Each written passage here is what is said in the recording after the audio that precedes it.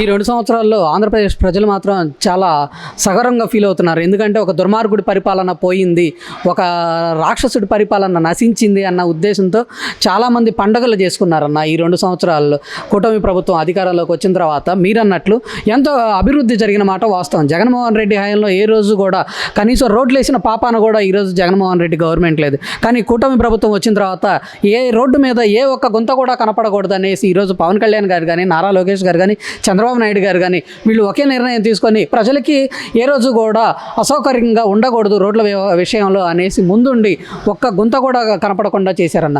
ఉదాహరణకి పెన్షన్ల విషయంలో కూడా జగన్మోహన్ రెడ్డి హయాంలో 3,000 ఇస్తాననేసి పెన్షన్ కూడా సంవత్సరానికి 250 పెంచుకుంటూ రాష్ట్ర ప్రజల్ని అన్యాయంగా చూశాడన్న. కానీ జగన్మోహన్ రెడ్డి గవర్నమెంట్ పోయిన తర్వాత ఎప్పుడైతే కూటమి సుపరిపాలన వచ్చిందో ఈ 2 సంవత్సరాల నుంచి కూడా ప్రజలకి పెన్షన్ల విషయమే కావచ్చు, రోడ్ల విషయమే కావచ్చు, ఇంకేదన్నా కానీ అధికారికంగా కానీ ఈరోజు రాష్ట్ర ప్రజలు మాత్రం సుభిక్షంగా ఉన్నారనేసి మాత్రం నేను చెప్తున్నానన్న.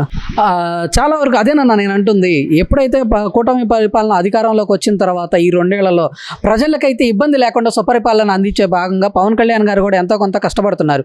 ఉదాహరణకి నేను అన్నట్లు రోడ్లే కాదు, శానిటేషన్ విషయమే కాదు, ఇంకేదైనా కానీ నీళ్ళ విషయంలో కానీ ఇంకేదైనా కానీ ఏ రోజు కూడా పవన్ కళ్యాణ్ కానీ కూటమి కళ్యాణ్ కానీ జనాలకి అందుబాటులో ఉండాలనే పరిపాలనలోనే చేస్తున్నారన్న.